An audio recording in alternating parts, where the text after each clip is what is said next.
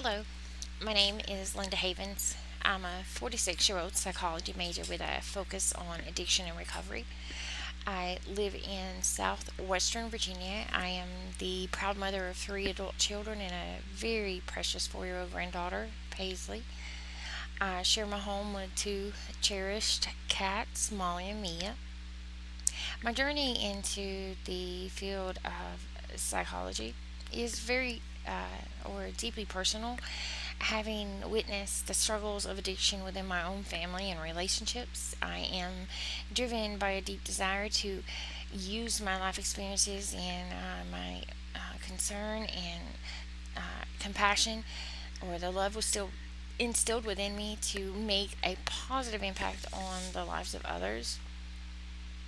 My long term career goals or aspirations are to further my education beyond a Bachelor's of Science as an addiction and recovery counselor to obtaining a Master Addiction Counselor credentials.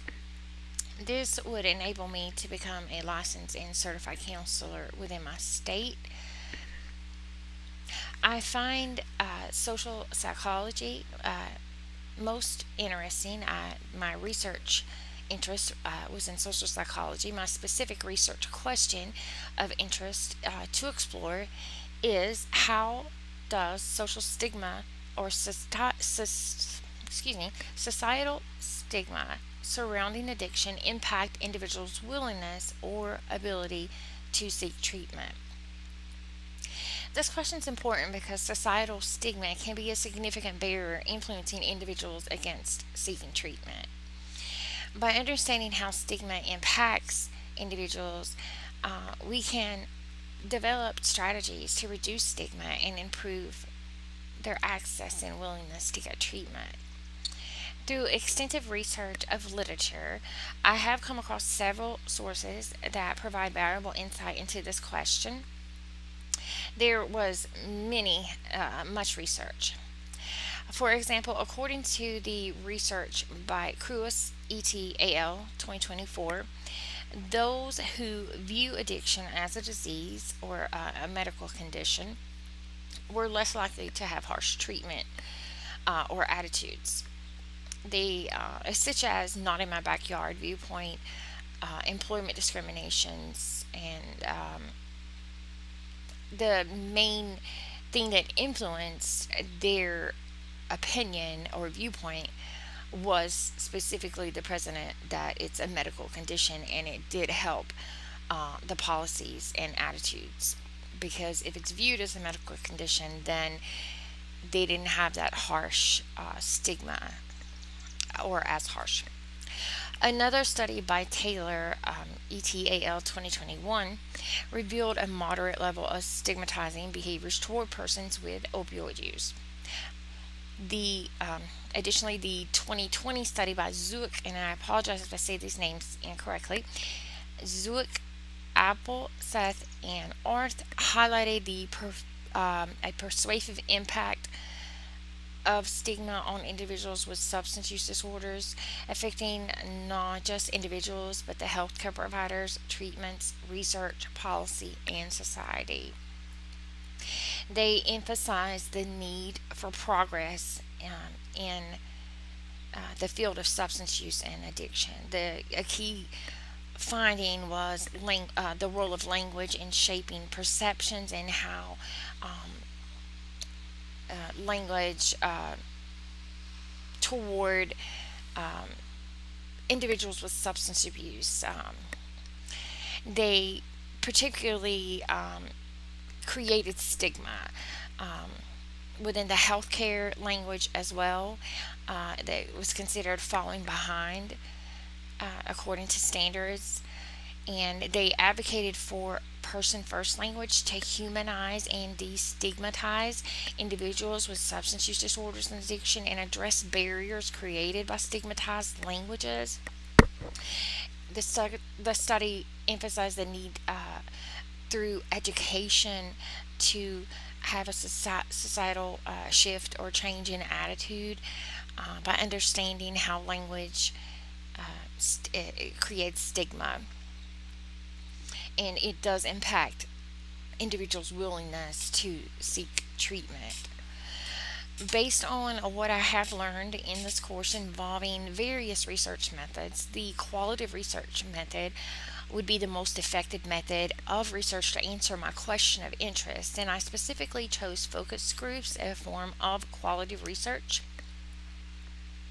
According to the American Psychological Association 2022, focus groups are a powerful tool to gather. They gather rich, detailed data. They involve small groups of people who share their perspectives, experiences, and ideals on specific topics. Specifically, this would be the stigma surrounding addiction and how it affects individuals' ability to seek treatment. In the context of my research question, focus groups are particularly useful. They would allow participants to share their personal experiences with addiction and stigma in a safe, supportive environment.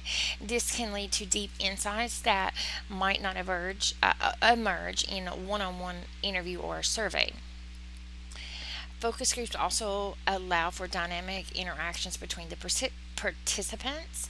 These interactions can reveal societal attitudes and beliefs about addiction and stigma that the individual participants they may not be aware of that or consciously aware of. Furthermore, focus groups are flexible. The discussion can be guided based on the responses of the participants, allowing new themes or patterns to emerge. This makes focus groups a versatile tool for exploring complex and sensitive issues such as societal stigma and its impacts on treatment seeking behavior. However, focus groups they do have certain limitations. One such limitation is the potential to influence the group dynamics. For example, this could be individual that may skew the data by influencing the discussion. Uh, this could also lead to some of the participants not feeling comfortable to share their viewpoints or experiences in the group. Another limitation is the generalizability. Having the smaller groups, uh, typically smaller sample size, it may not be applicable to the larger population. And lastly, the interpretation of the qualitative data from the focus group it can be complex and time consuming, adding another layer of challenge to the use of this method. Crawford 2023 and American Psychological Association 2022. In ensuring the validity and reliability of the proposed research, I would follow the guidelines set forth by the American Psychological Association 2022. This includes accurately encapsulating and representing each participant's experiences and viewpoints on the stigma of addiction and its impact on their willingness to seek treatment. When conducting a focus group research on sensitive topics such as stigma surrounding addiction and its impacts of treatment, maintaining validity and reliability it can be challenging. However, several strategies can be employed to mitigate these challenges. According to my research, Sim and Waterfield 2019 gave detailed uh, process of things that can be done to mitigate these challenges, such as setting ground rules, uh, consent, detailed consent process, briefing, careful moderation of the focus group, debriefing after the focus group, transparency in the recruitment phase so that you know if the individual has ever had an issue with stigma and addiction or they know exactly what the topic's about, and the principle of multivocality, everyone having the freedom and ability to speak freely and just the openness, and that's based off of Tracy 2013. Moving on to the data collection and analysis process, according to APA 2022 and Crawford, our textbook, My projective research would aim to present the results in a comprehensive way, covering all the data collected from the focus group during these phases. This process involves including all significant opinions or experiences shared by the participants, even if they do differ from the dominant viewpoint.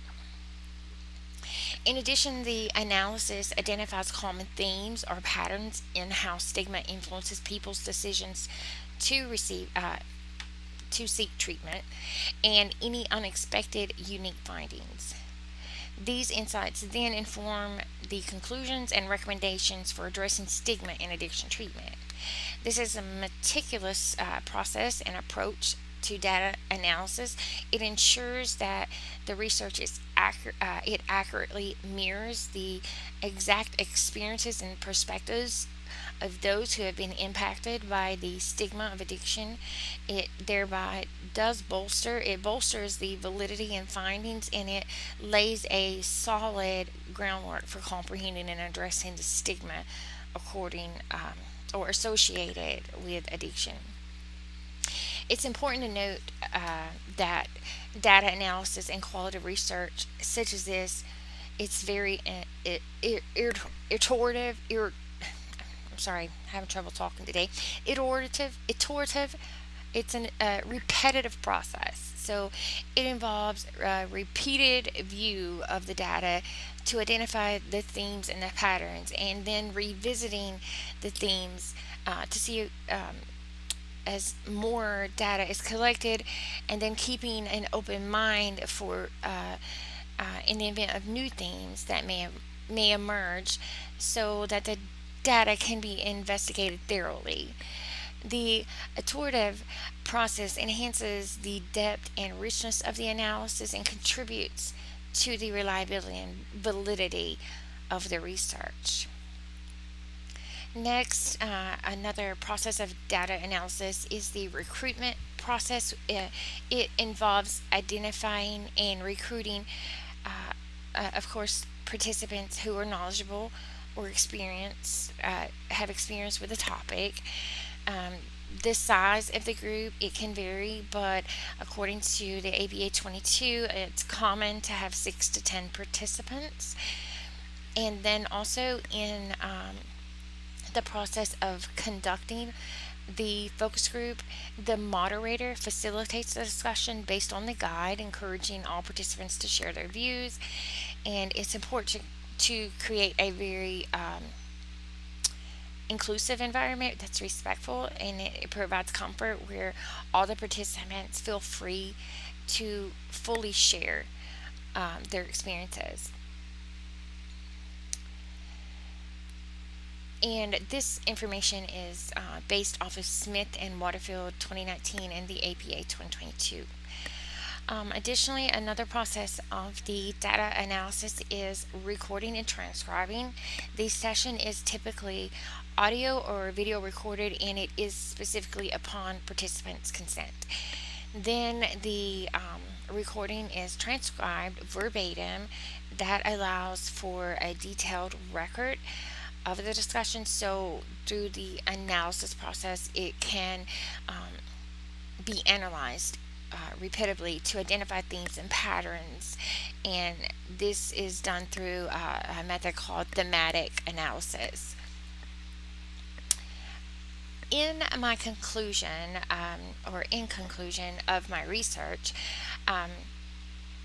we spoke about, or my aim of to explore was societal stigma, which surrounds addiction and the impacts that it has on individuals that it could prevent them from seeking treatment. I proposed using focus groups, which is a qualitative method because it provides rich data and dynamic interactions. And however, I do acknowledge it does have limitations such as group dynamics, generalizability, and then the data interpretation complexity. However, maintaining the validity and reliability, which is crucial, especially given the sensitive topic, through strategies of maintaining the validity and reliability, such as or these strategies of maintaining are a detailed consent process, setting ground rules, careful moderation, debriefing, transparency in recruitment, and multivocality. The data process involves comprehensive result representation inclusive of all significant opinions and identification of um, iterative uh, thematic analysis or identification of themes and patterns. Despite the challenges, I predict this approach would provide a solid basis for understanding and addressing addiction stigma, and it would enhance research and validity, reliability. And then also, lastly, I just want to say I am grateful for the foundational knowledge that I've gained through this course. I feel that it's vital for a success in psychology to understand the processes of valid research. Thank you.